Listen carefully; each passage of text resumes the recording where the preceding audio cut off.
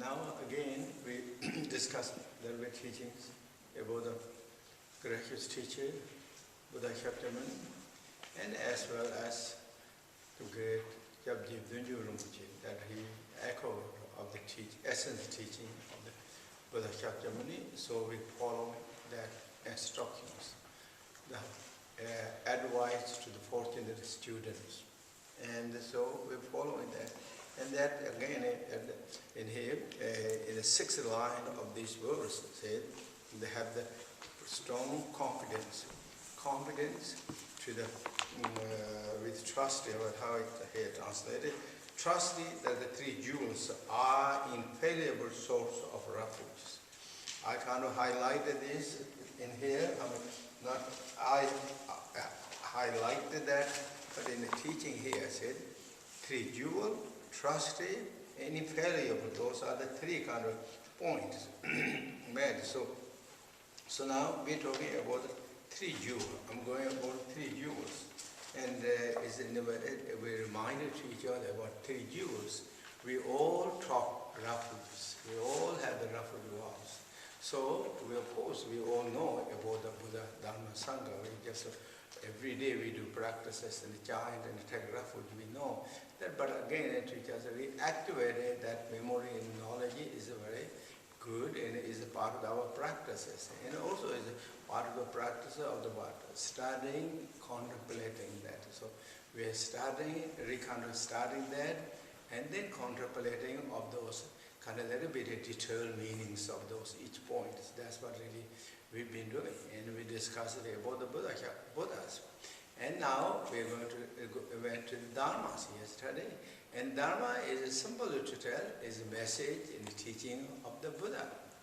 Buddha who is embodied, or Buddhas are the embodiment of loving kindness, compassion, and wisdom, and for all living beings, or love and compassion for all living beings, understanding everything exactly clearly as it is. And that's really the word Buddha. So therefore, that was also Buddha's practices. Whether Buddha, the male Buddha or female Buddha, they practiced it, they meditated, and they then become the Buddha. So that means they achieved the ultimate state of loving kindness, compassion, and wisdom. And therefore, then they also sharing their same realization, how they reach enlightenment, their wisdom, their knowledge, their understanding, their experience, they sharing to us, and that is the message or the teaching of the Buddha. So that is Dharma known as. And the Dharma, as I said, it has a meaning of the correcting and the protecting.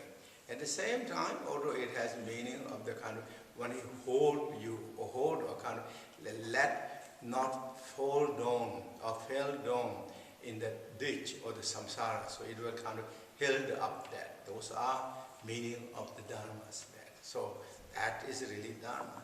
And the Dharma, then I mentioned it yesterday about the Dharma. There is like Dharma of the scriptural Dharma and realization Dharma. And the scriptural Dharma is then what in the teaching said, it is the path and the cessations are the really Dharma, path and cessation. So that means practicing of the teaching and the realization of the teaching is really the Dharma. But that we won't get immediately. We won't get immediately realization, and we have to also know how to practice it. So therefore, then the scriptural Dharma is. Spiritual Dharma is then, as I said, it can be divided, scriptural Dharma of the Buddha's teaching, and the scriptural Dharma of the commentaries of the great masters on the Buddha's teaching. Those are the true kind of division of the scriptural teachings. And now again, the Buddha's teaching, or whether it is like the commentary teaching, but all is best or essentialized into three meanings. And those meanings are morality, concentration, and wisdoms. And with those statements, those are the meaning of the, but which are mentioned of those different 3 points, such as morality. the morality teaching is mainly explaining of the Vinaya teachings, or Vinaya teaching is mainly explaining the morality teachings, or the conduct, or the ethics. And Sutra teaching is mainly teachings on the concentrations, about the minds, mainly that. And Abhidharma teaching is mainly teachings on the wisdoms and knowledges, variety of the knowledges, knowledge on the absolute level, knowledge of the relative truth. Those are what we went through yesterday, a little bit really about that. So those are known as the scriptures, teachings of the Buddha Shakyamunis. Then the commentaries of the teachings, those also represented the teachings, commentary teachings on the Vinaya, commentary teachings on the Sutra, commentary teachings on the Abhidharma. Those are also known as spiritual teachings. Those are qualified teachers, one who wrote and composed those teachings through the compassion and through loving kindness, and when they wrote those things, those are the scripture teaching. Those are according to the teaching, highlighted such as those qualified masters. What are the teachings? The best qualified teacher is one who understands the perfect realization of the true nature. That's the meaning, for example, past the Burmese, or maybe more than that. And the second, those qualified teachers are one who have the direct communication with the Buddhas and Bodhisattvas, direct communication. And that means also their heart and mind is filled with love, kindness, and compassion, and also kind of remove some degree of the self-important and ego clingings and worldly concerns.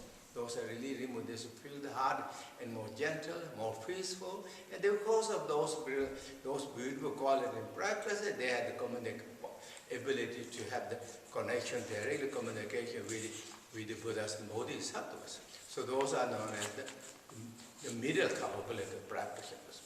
And third capability practitioner of those masters, known as one who understands the perfect meaning of all the five art sciences. Those five sciences of perfect knowledge. Buddha is teaching thoroughly knows, such as Vinaya teaching, Sutra teaching, Abhidharma teaching, all the Vajrayana teaching, Mahayana teaching, the foundation Buddhist support teachings. Know all those clearly, perfectly, beautifully, and with the intention of like to clarification of the teaching, like to benefit to the other beings.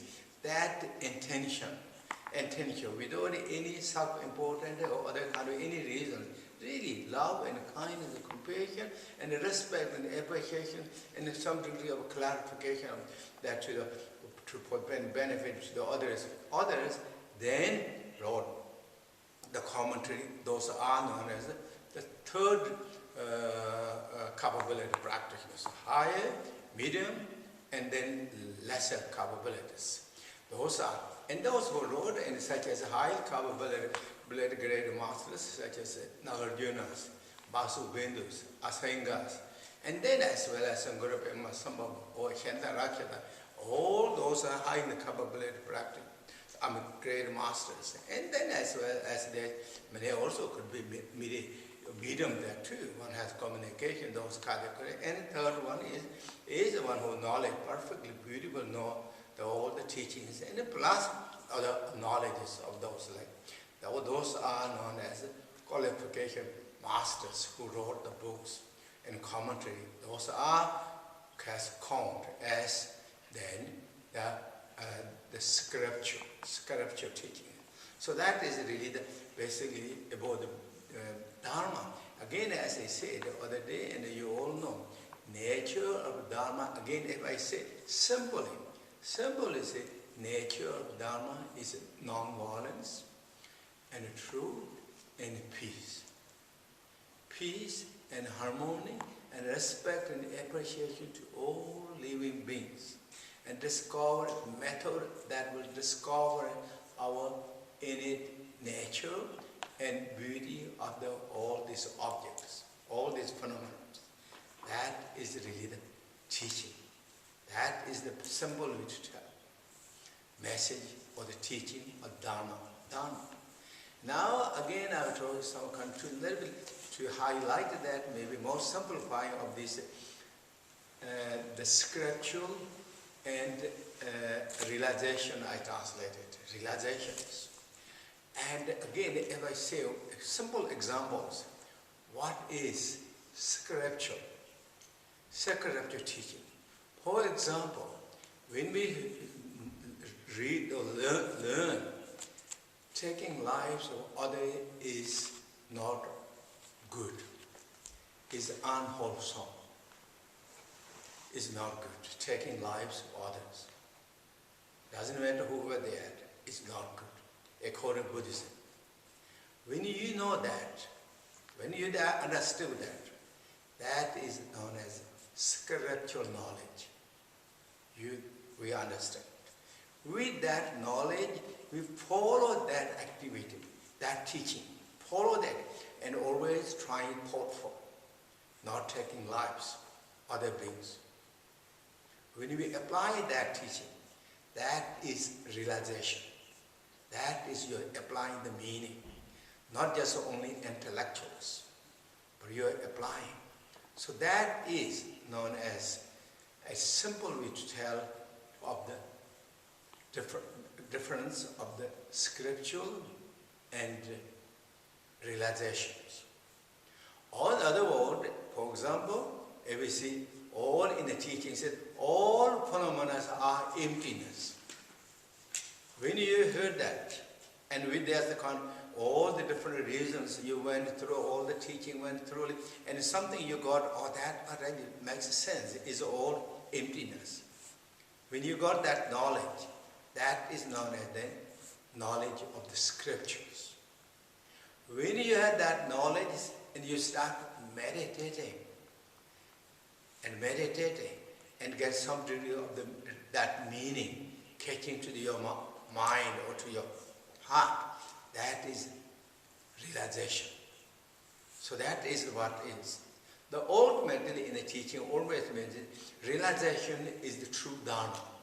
Realization is the true Dharma, ultimate Dharma. So that is really about the Dharma.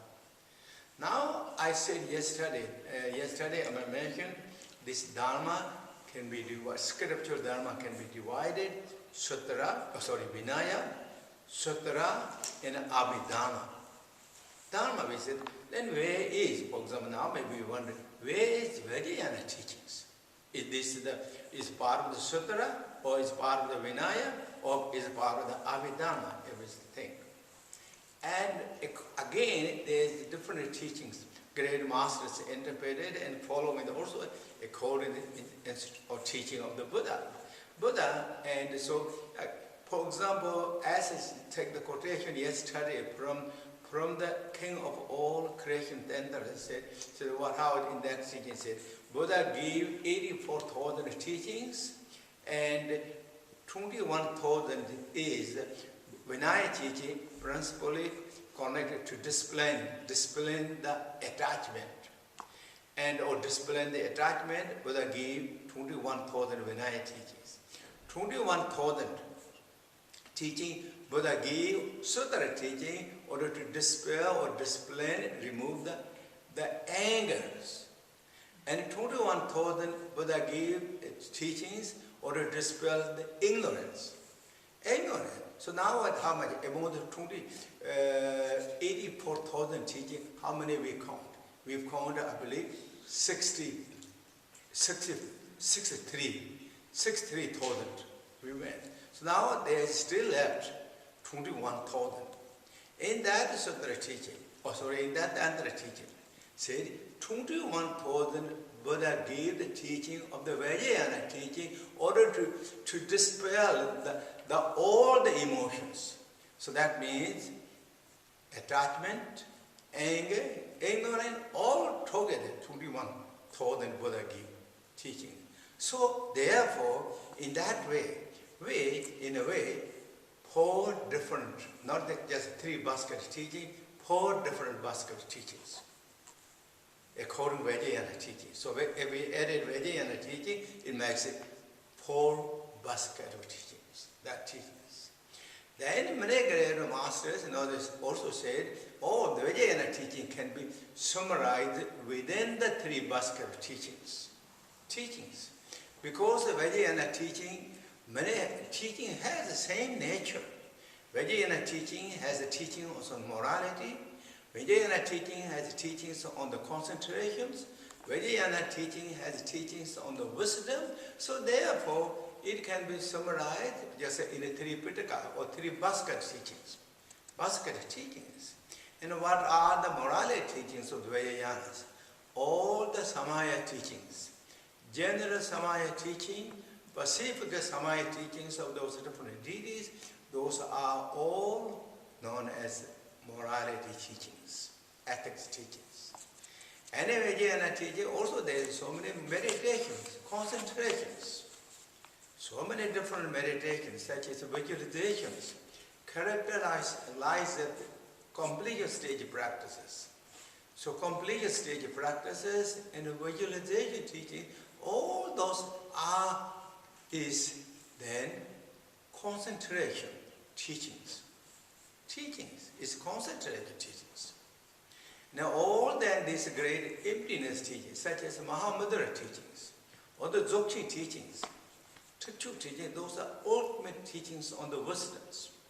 And therefore, it all can be summarized into these three categories of the basket. Vinaya basket, Sutra basket, Abhidharma baskets. Basket is, we translated, not just we English translated into English. Basket in Tibet is no, and in Sanskrit it's called pitaka. And the pitaka is also a container. So those are about three basket teachings. Then sometimes Dharma can be also divided into two groups, whole teachings. And a Dharma of the basic Buddhist school, teachings, and Dharma of the Bodhisattva yanas. So, Theravada teaching and Bodhisattva teachings, or Mahayana teachings. So, two teachings. The nature is the same, those three extraordinary trainings, such as morality, and concentration, and wisdom is the same.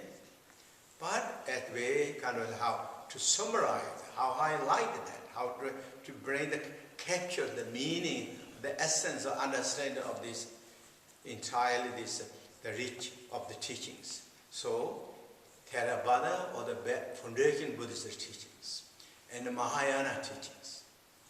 And the Mahayana teaching can be divided into two. And casual Mahayana teachings, and that which is Sutra teachings, and resolved Mahayana teachings, which is Vajrayana teachings. So those are known as descriptions of the Dharmas. So as I said other day or yesterday, I said, Dharma we are going to understand in three ways: nature, duration, and benefits. Power of the benefit. So now what we went? We went nature of the Dharma. And we went descriptions of the Dharma. Descriptions of Dharma. Descriptions on the division of Dharma. Divisions of Dharma. And now the benefit of Dharma. Power or the benefit of Dharma is simply in the Buddha teaching said, power of Dharma is inconceivable. It's inconceivable. It's just even the hearing the names of the Buddha, Dharma, Sangha, it will make the end of samsaras.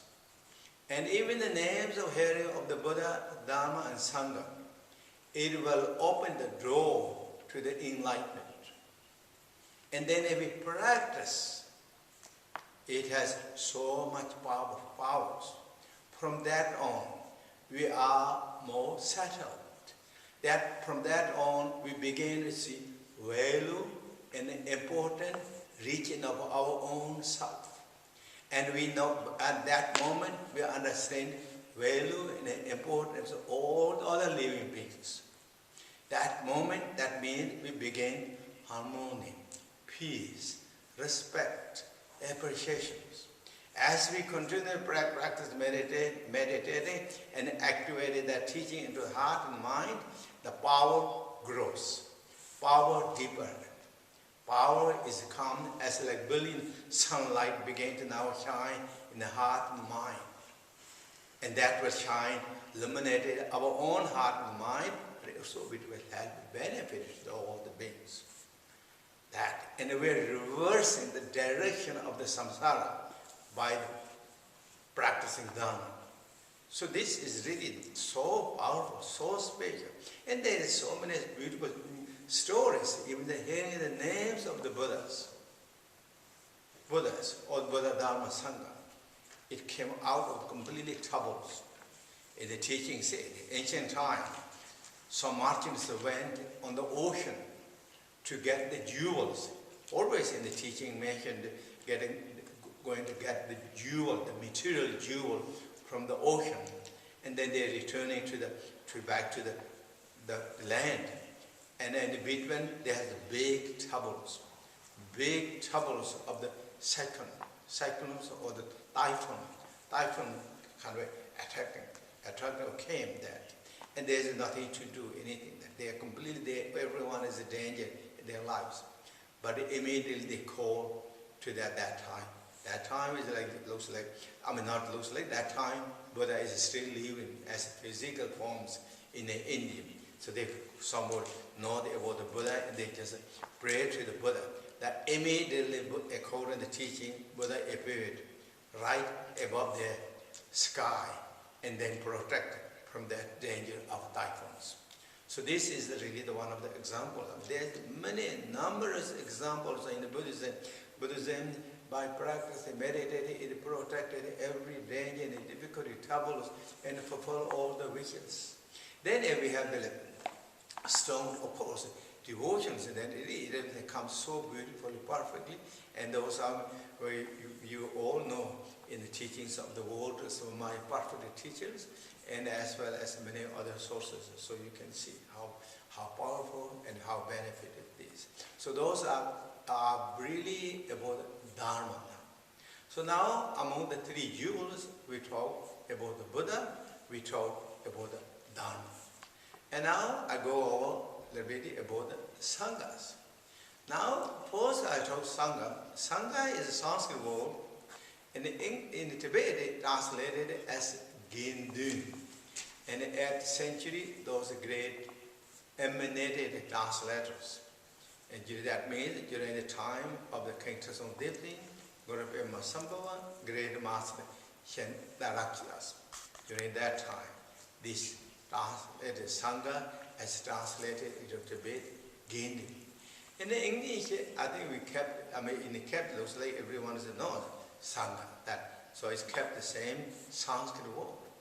But what in the Tibet they translated how is there's two words, Ge and then Dun. Ge and Dun. Ge means virtues. Dun means devoted.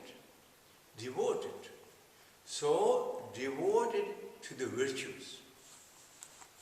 Or connected to the virtues.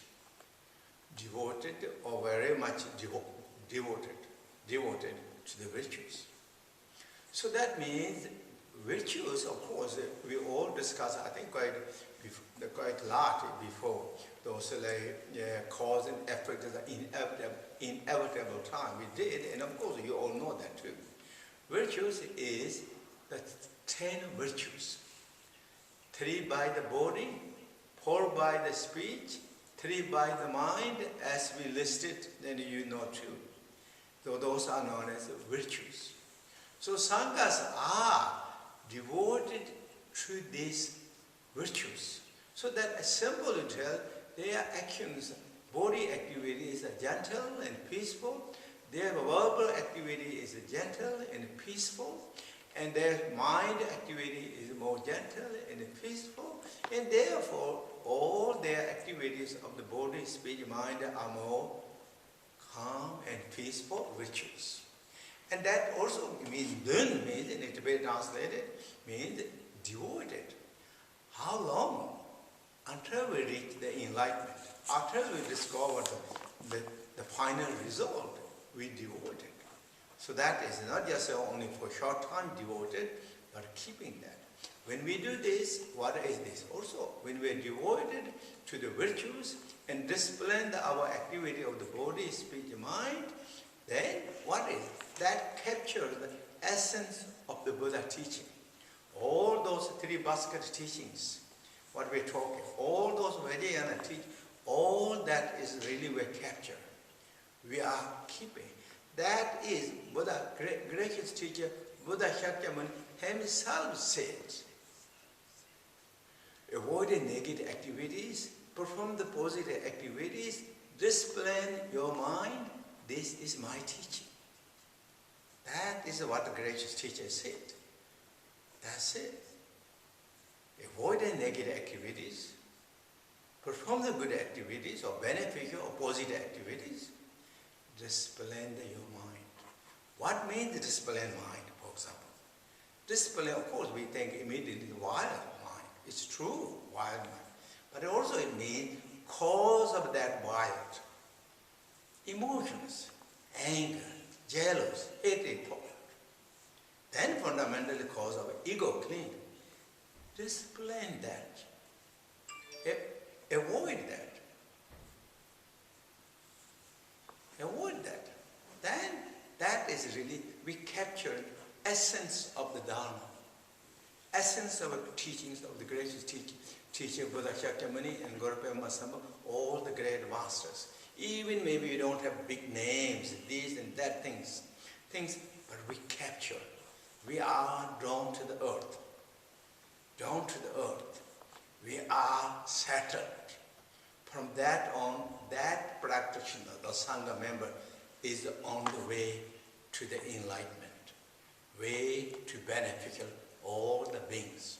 So that is really I maybe went to that kind of like scattered that, but that is meaning of Sangha. Sangha, one who is a virtue, devoted to the virtues. So that is. And now, so that is the word meaning of Sangha. The nature of the Sangha. Again, I talk same way as I spoke with the Dharma. According to the teaching and the nature of the Sangha and the division of the Sangha and the benefit of the Sanghas. Those are three different ways I talk. And nature is also, as can be understood, as pretty much identity of the Sanghas. So nature and identity is most same. So what is nature of the Sangha? Nature of the Sangha, some really have the understanding of the realization or have some realizations, and also some really purified negativity that is known as Sangha, nature of the Sangha, identity of Sangha. So one who is purified some degree of the negatives or process of the purify the negatives and some degree of the realization coming or the process of the realization coming, that is really Sangha member. That is Sanghas. And now, how many Sangha members? Again, every show there's Sangha members, kind of generally again show, Sangha members of the Theravada or the Foundation Buddhist school, Sangha members of the Mahayanas. And that also Sangha, Theravada Sangha member or the Foundation Buddhist Sangha member also can be divided according to their realizations. Those are the ever say, first bhumis, or first part, second part, third part of those things. Or there is also known as four results of the realizations. Now entering continuation and returning one time, non-returning, and arhata. Those are the four different realization levels are mentioned in the in the foundation Buddhist schools. But if I teach kind of simple, popular one, what we most of the time, I think you know that the Sangha members of the first part, second part, and the third part, fourth part, and then fifth part. Maybe that's the way we understand. And the first part, as of course, many of you already know, I will just name those are the accumulation part. And the second is the application part. Third is seeing part. And the fourth is meditation part. And the fifth is no more studying or arhata part or realizations. Those are the 5 parts. And then accumulation part.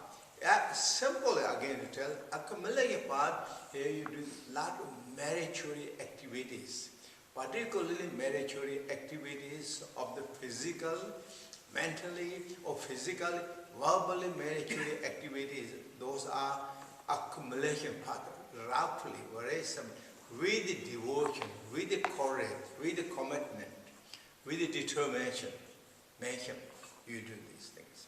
And concentration, all the morality practices, concentration practice, wisdom practice. And application part, that means from the accumulation part, now you reach to the application part. That means now your strength of the practice is stronger, more stable,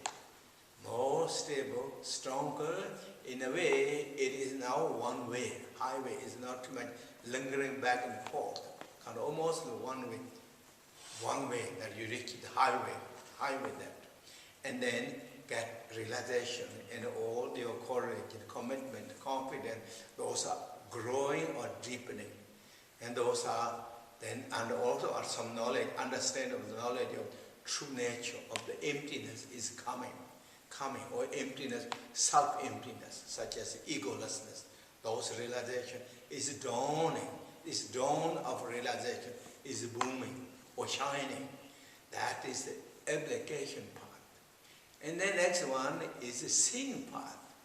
And the seeing part, you're now seeing the true nature exactly as it is, or egolessness realization exactly as it is without the intellectual. Now you're not dependent on the intellectual egolessness status. You really see, truly, it is emptiness. Ego is free from the egos, free from that. So application also means from that on, it is applying now. It is a conjuncting. It is a bridge to the realization. Until we reach the seeing part, according to Buddha's teaching, we all practice, those are known as the individualists. Individual practice, individual or ordinary.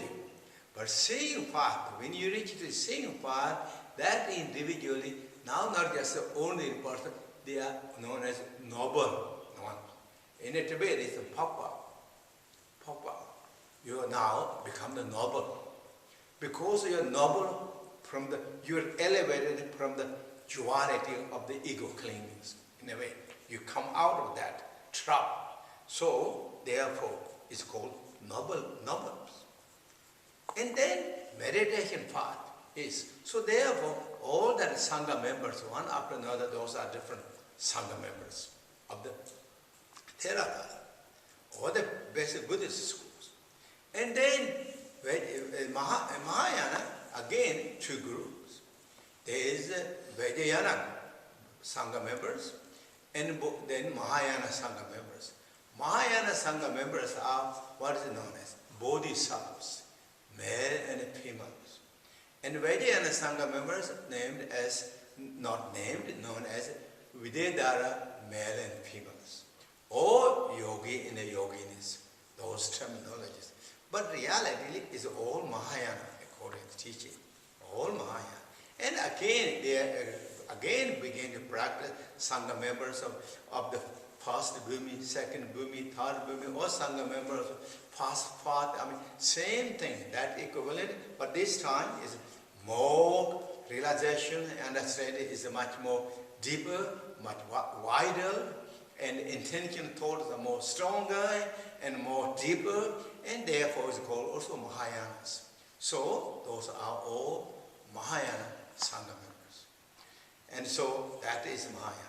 And now I again, that's Amajana is summarized, but now I talk again to these old Sangha members. If we are divided, not me, is divided into two groups. Again, ordinary Sangha members and noble Sangha members. Ordinary Sangha members is just a regular Sangha member, beginner practitioners. Those are the ordinary Sangha members. Noble Sangha members, whether they are Theravada or whether they are Mahayana or the Vajrayana Sangha, those who have the realization, they are the noble Sangha members. Sangha members. And these ordinary Sangha members, to make ordinary Sangha member, what we have to do, or to become ordinary Sangha member, what we have to do. According to teaching, take the vows. Vows. Vows, or those are the refuge vows, or such as Upasaka vows, or the Sharmanera, novice monks or the nuns, or ordained, fully ordained monks and nuns, take the vows. You keep the vows. With that vow, whatever you have that, keep that vow and meditate. Start meditating and practicing. Practices. With that meditation practicing, also meditating on the great emptiness. All the according to the teachings, egolessness, so whatever you receive the teaching, practice. So that means now you're keeping the morality, you're keeping the concentration, you're keeping the wisdom, all combined together. That is known as, then, that is how to start beginner Sangha members or beginning Sanghas. Then if we develop this strongly, gradually, that ordinary Sangha member could become to the noble Sangha members according to teachings. So that is really about the division of the Sangha members. Now we talk a little bit about the benefit of the Sangha members. Again, what is really in the Buddha teaching is that being Sangha, so what he said, the benefit of the Buddha is inconceivable, benefit of the Dharma is inconceivable, and the benefit of the Sangha is inconceivable. So this is really, again, inconceivable. By practicing Dharma and joining with as a Sangha member, from that on, that individually become the object of veneration according to teachings. And the great Buddha Shakyamuni said, no matter how bad my followers, but they will be still quite better than many others. Others is, even you have the practice of Dharma, even did they activate it too strongly, but still that individual has more knowledge of the loving kindness, the compassion, respect and appreciation thought for all the living beings, more open mind, more practical, more down to the earth, more kind of with more common senses, more senses and common senses. Those are really in the teaching said it has that. And then wearing the robes or the Dharma, kind of symbol of the Dharma, in the teaching said that those teaching symbol of the robes or the Buddha robes is like honor. Even the God's realm, the Tushita heaven, God's will honor to the robes of the Sangha members or shredded robes of the Sangha members, because it symbolizes peace and harmony. Peace and harmony, respect to all the sentient beings. So then if we continue to carry on that, and then truly we are Sangha members, the object of refuges. I take refuge in the Buddha, I take refuge in the Sangha, I take refuge in the Dharma. That's what really teaching said. So that is really my talk about the Buddha, Dharma, Sangha. Again, Buddha, Dharma, Sangha is generally in Buddhism, three object of refuges are Buddha, Dharma, and Sangha. In the Vajrayana teaching, that also slightly different names. Sometimes named refuge, take refuge in the Lama, take refuge in the deity or Yedam, take refuge in the Dakinis. Those then I can go tomorrow. We talk again all those things. But that is general Buddhism. Object of two refuge, three refuges, or three jewels in the general in the Buddhism. Okay, thank you very much again, everyone, and thank you for participating.